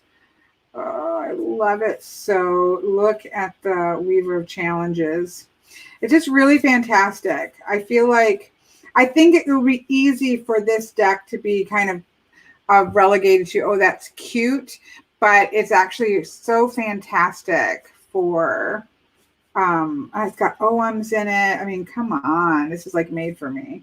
So it reads really fantastic. Why do we all equate autumn to woods and forests? I like to work with woods and forests all year long, but November is just Into the Woods for me. It's been for a while, just for Into the Wild Woods is something that I did, like embrace the magical. I think because the woods are stunning in autumn, right? In my hemisphere, the woods are stunning in fall. You know, they've just, the leaves are falling, so you get both this amazing imagery of life with all the color, but then you also have the trees, the leaves falling, and you're starting to see the naked trees that are poking up through there, and just the branches. And so it's like a suspended space where you're seeing the fullness of, you're still seeing green trees, you're still seeing the vibrancy of color, and then you're seeing just the branches popping up and the leaves on the ground and crunching under your feet. And so for me, it's like this suspended animation of the whole cycle of the forest. So that, and I was born in fall, so I'm a huge fall baby, and I love forests. So that's why I equate it. I don't know why other people equate the forest with autumn. I work with the forest all year, but I love it in autumn. But I'm a September baby. So that's just me. So yeah, that, I love this deck. I do feel like it's a little bit of an underrated deck. I can't talk. Okay. Let's see. I did the Witch's Oracle. I'm trying to clear some of these out so that I can get around to that. This goes back on my table. We talked about the ancestral. Here's another one. So I have 3 decks on my ancestral altar that I work with. One of them is Vision Quest, which it's not in the box because it's down on my table. This is for me Ancestor of Land kind of deck. And so I have that one. I have gotten absolutely amazing readings from. I know that it's problematic. It's got some, it's got a large following of people. It's a very old deck. I would say it probably came out in the 70s or the 80s, but I could be wrong. But anyways, this I use for Ancestor of Land because the land that I live on, and a little bit of blood as well. The Primordial Tarot I have been using for those primal ancestors, right? So, but this also does feel very autumnal. I put this back into order because I want to do a walkthrough of this. I've also used it for energy reset. I'm going to be using it for my energy reset that's happening right now. I do 7 days before the cross quarters or solstices or equinoxes. And so I'm going to be using it for that. But this feels, again, like those far back ancestors, when we step back into that power space of working with ancestors, of these ancient ancestral energies, beyond the ancestors that you can name, beyond the ancestors that you know were there, but you maybe can't name them. Then you're starting to get into primal ancestry. And this definitely has the feel of that to working with this deck. This is a reprint of a deck that has been out. But yeah, that's the third. So those are and then of course I already talked about the ancestral path, which are more of my known ancestors. So those are the 3 decks that I keep on my ancestral altar. And again, that's November for me, because from today through the 7th, I work very, very heavily with doing ancestral working. So that's why those are primary and important going into. This is called the Primordial Tarot by Sergio Toppi, Toppi, Deb. This is a reprint of a deck. I saw a couple videos in which the people did not like or people who had the original edition didn't like the guidebook. I actually found this little guidebook to be very helpful. It's definitely not like a one-to-one. It's not a Rider-Waite-Smith deck. And so I actually find the little guidebook in here really great. I feel like it really hones you down into the space of the card quite well. So I saw that in I watched a couple walkthroughs, and more than one person said, that they weren't happy with the guidebook, but I actually really like it. So do with that as what you will. Oh, no, I'm so sorry. Wah, that's made everybody throw up. Yes, that is a low Scarabeo deck. So that's a mass market deck. And then the other one that I have, I don't know if this Anna is still on, but I have the Bonestone and Earth Flesh. I did a walkthrough, and I think I might have cleared the stick, so I'm probably going to have to do another walkthrough of it, because I did do a walkthrough of it already. It's not up, and I can't find the stick that the video's on. So my guess is that I wiped it, but I'm going to look through all my sticks one more time before I give up on it, because I hate redoing walkthroughs. You know me, my walkthroughs take an hour at plus. I edit it down to an hour. So I hate redoing them, but I think I'm going to have to redo this one. I am absolutely massively in love with Anna's artwork. And so I traded Miss Anna, if she's on here. I think I owe her a past life reading. But so I got this straight from Anna, and I have a lovely signature from my lovely friend, which I love. She says it would make it worth more, but there's nothing that would induce me to sell it. Her artwork is amazing. I don't know if Anna is on.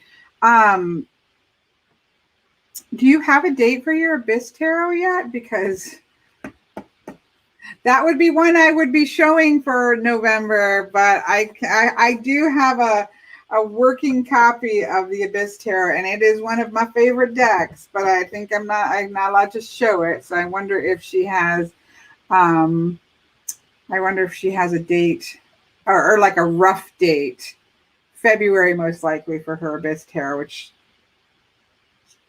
fabulous. Absolutely fabulous. Anyways, so I haven't worked with this much. I pulled a couple times. I found it to be very powerful. I find anything with Anna's artwork to be powerful, so that does not surprise me. But I want to work with this more in November, so we shall see. I know a lot of people, I think her deck was due out earlier, but obviously COVID pushed a lot of printing down the line. So I know that even Anna, she probably doesn't know exactly when the deck's going to come out. She's kind of with us, where she knows, all right, well, as far as she can tell, it's supposed to be roughly February, but she doesn't have any control of it because that's a mass market one. And so she doesn't have any control over it. And is kind of waiting for the rest of us, but I have a pre-copy of it and I love it. It is seriously one of my favorite decks. So I am so excited for that to come out. It's a black and white deck. So I'm excited for everybody else to use it so that I can talk about it because I've been using it for a while now. Okay, let's see. So I think that's everything. I mean, I have other decks I'll use in November, but those are the ones that I kind of pulled out that are going to go back into this space that I really want to pull out. Then I've got, the decks that I've been working with. I haven't put the Lightseers Tarot, hasn't gone off my desk since I've gotten it. It's a fantastic deck for reading with clients. It's just kind of clean and reads really well. The color pops well, so it goes with like my Lenormand deck, which I like to work with. Obviously, my Journey Oracle is very fall color oriented because I painted it. And so that is always out. I use that on nonstop, but it feels very fall as well. So yeah. How about Tarot of Echoes? Are you releasing that independently?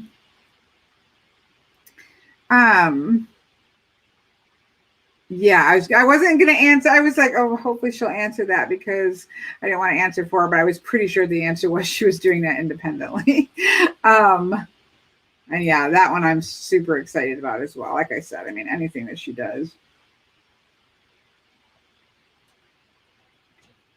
Anna's another one, and I'm biased. She's my friend, but Anna's another one of the artists that to me, like Julia Jeffrey, her use of perspective is what gets me. She'll shift her perspectives in ways. She'll get at angles. She'll paint at angles that you don't always see. That I think is really powerful. I also think that hers very much draws you in. There is often that pulling you into the card. The emotiveness of the way that she paints, I think, is super powerful. There are a couple artists like that, like Julia Jeffries, definitely like Anna's work, where there's something about the way that the perspectives and things that are done that has a power in and of itself. The artwork isn't just, giving you a touchstone into a scene, but there's a powerness to the actual imagery that I think is amazing. But I am biased. I am biased.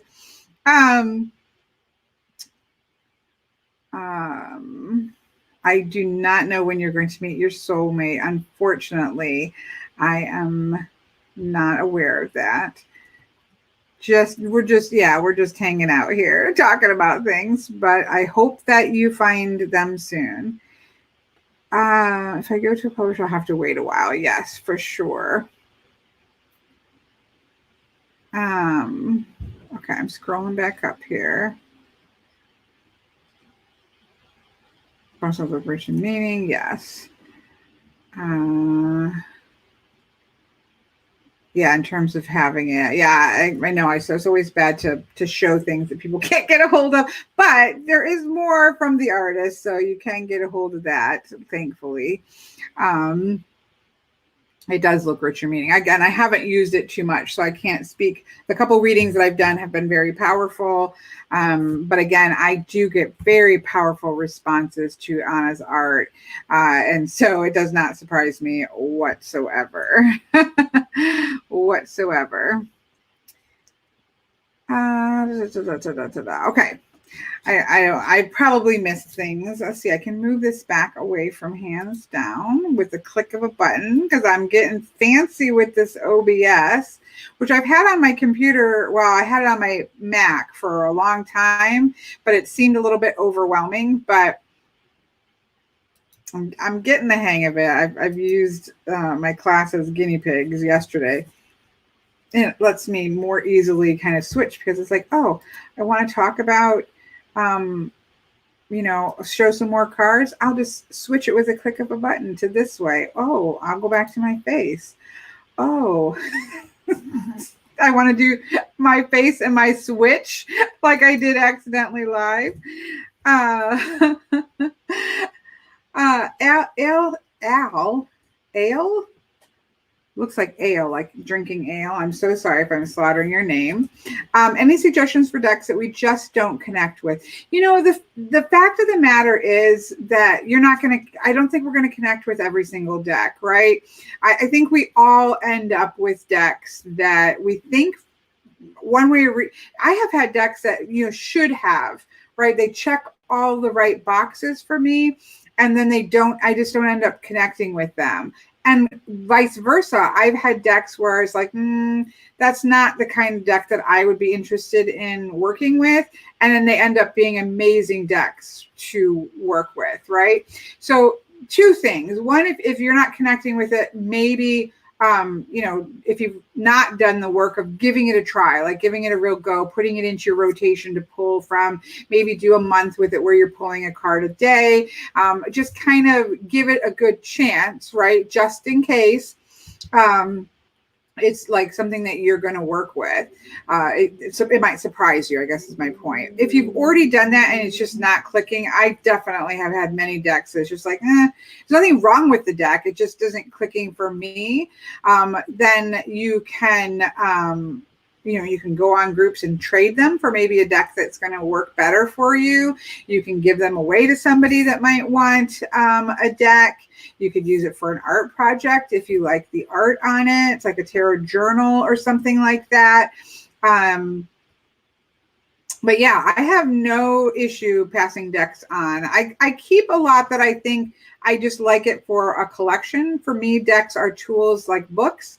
I don't have any issue with keeping a deck that I'm not going to work with. You know, if I have to start to feel the urge to par things down, which is definitely where I'm at right now, you can, again, there's people that you can trade with. You can pass it on in a couple different ways. I've even donated to women's shelters. That's always my favorite way to be able to do it. So there's definitely things that you can do. Don't feel like you're like stuck with the deck, because, you know, if it's not vibing with you, it's going to vibe with somebody else. And passing that on is, there's nothing wrong with passing a deck on. I've only thrown away one deck. You know, even when a deck's like missing a card or something like that, you can, you know, like I said, use it for art projects or things like that. It's great to be able to use. But there's definitely things that you can do for it, do with the different decks. Don't feel stuck by them.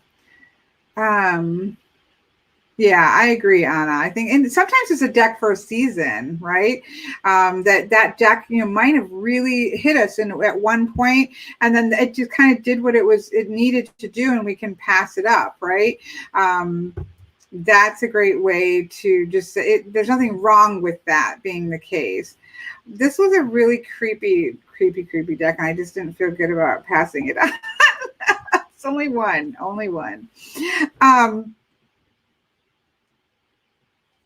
I've never thrown away a deck. In fact, I have one with a missing card. Yeah, maybe art. Maybe use it for an art project in some way, or cut it into strips and things. Like you could make it into bookmarks, maybe, or something like that.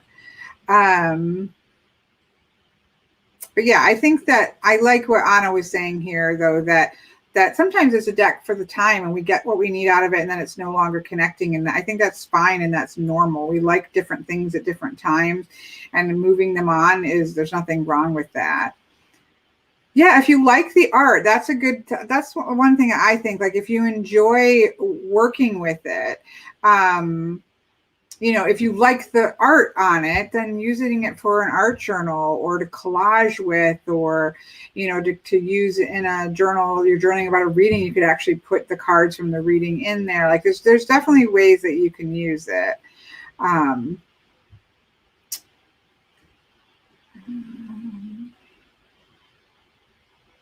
Okay, I saw Elle said something about stolen child. I was surprised at how quickly I connected to the stolen child. It came with me.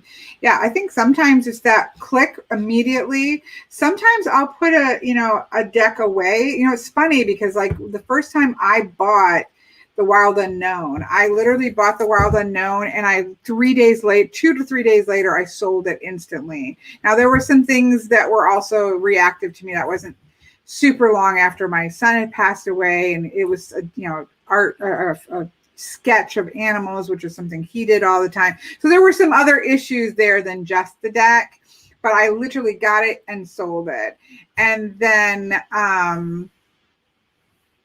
eventually it came back to me. My friend Patrick sent it to me before we were friends, and then I loved it, and I've done tons of readings with it. So it wasn't the time for it, and it didn't work for me at that time. And when it did come back around, it was time, and it did work, and I did tons of readings with it, and it's in my favorite decks pile, right? So I think that the couple times that I've given decks away and they've come back, and then it's like, oh, I don't know why I had such a problem with that, because now I really like working with it. So I tend to hold on to decks now, unless I've just, it's just been long enough where I just don't really like it, versus it's not calling to me. It's not appealing to me. I have decks, I have these cubicles. So favorite tarots, I have favorite oracles. I have decks that are in rotation all the time because of their readings in my professional business. I use them all the time for for my client readings. So those are there. And then I have this one that is kind of what's kind of going in and out of my space. I'm trying, or I want to work with this particular deck. But then everything else I have in under the bed bins, because I have a very small apartment. I have, it's them separated into oracle decks, cartomancy style decks, tuck boxes, I think, tarot, and hard box tarot. And then I just 8 times a year, usually at the turn of the wheel, I will go kind of sift through them and see if there's any I want to cycle in and out. So you can have a bigger collection, and it doesn't have to be like weighing on you if you just want to put something away and then check back with it. The other thing is if you feel like something you're not connecting with it, I say make a box, like go through your collection, make a box of the decks that you're like, I don't really want to keep these, but then put that box away and then check back in like in a month or something, because you might change your mind. And that way you've kind of got that, put it out of sight, out of mind. It's not bothering you. It's not sitting in your collection, but then you can kind of check back in and say, okay, maybe now. And then it's still not, then you can kind of pass it on. Anyways, that's just some of the things that I've certainly done. Enjoy your football game. I'm going to wrap it up here as well. I've got work to do, Sunday work day, but I did want to pop on. I know it's sad to not have had our 12-hour chat that we normally do at Halloween time, and I do feel extremely bad and guilty about it, but it is what it is, and I still wanted to be able to chit chat with everybody. And so I thought that it would be fun just to look at those October decks, and then going into November, because we're in this in between space. This is very bright. Let's turn that off for now. That was helpful for the cards. So yeah, it was good to pop on and see everybody again, and to kind of chit chat through some decks, which is always fun. But I hope that you guys have a wonderful rest of your Sunday, whether that's a work day for you, like is me, or if you're just hanging out watching football, whatever it is that you're up to.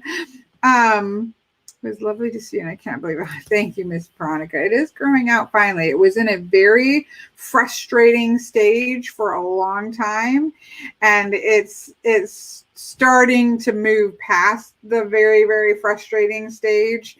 I can get it all up and twisted up into not a bun, but I can twist it all up, and I can get it all into a ponytail. So it's like gotten to at least a better stage. So thank you. It was lovely to see you too, Miss Veronica and Hanaconda. where can I find your courses? If you go to my website, there's a classes tab. So if you go to the truthandstory.com / I think it's / classes. But if not, just go to the truthandstory.com and you'll see classes. My next class starts in 2 weeks. It is one of my Tales in the Woods classes. So in the Tales of the Wood classes, I go through, we're reading a book. In this case, this time around, we are reading Watership Down. And there's usually a theme that's involved. We're going to be working with animal energy and how I work with animal energy, tips with working with animal energy. We also do like reading, so spreads of the week. We go through and work a little bit with divination as well. And then we generally have a project, like writing a short story, and you don't have to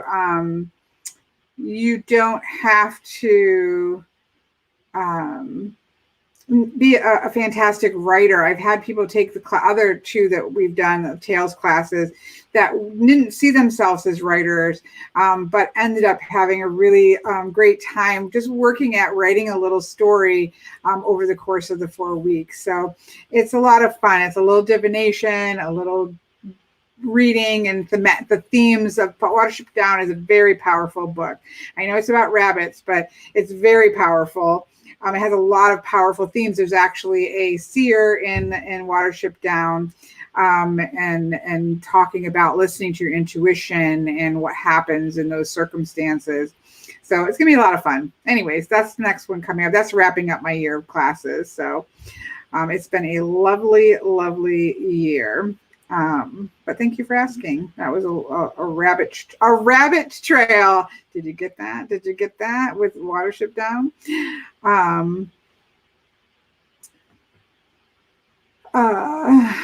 Anyways, how do you find your Discord?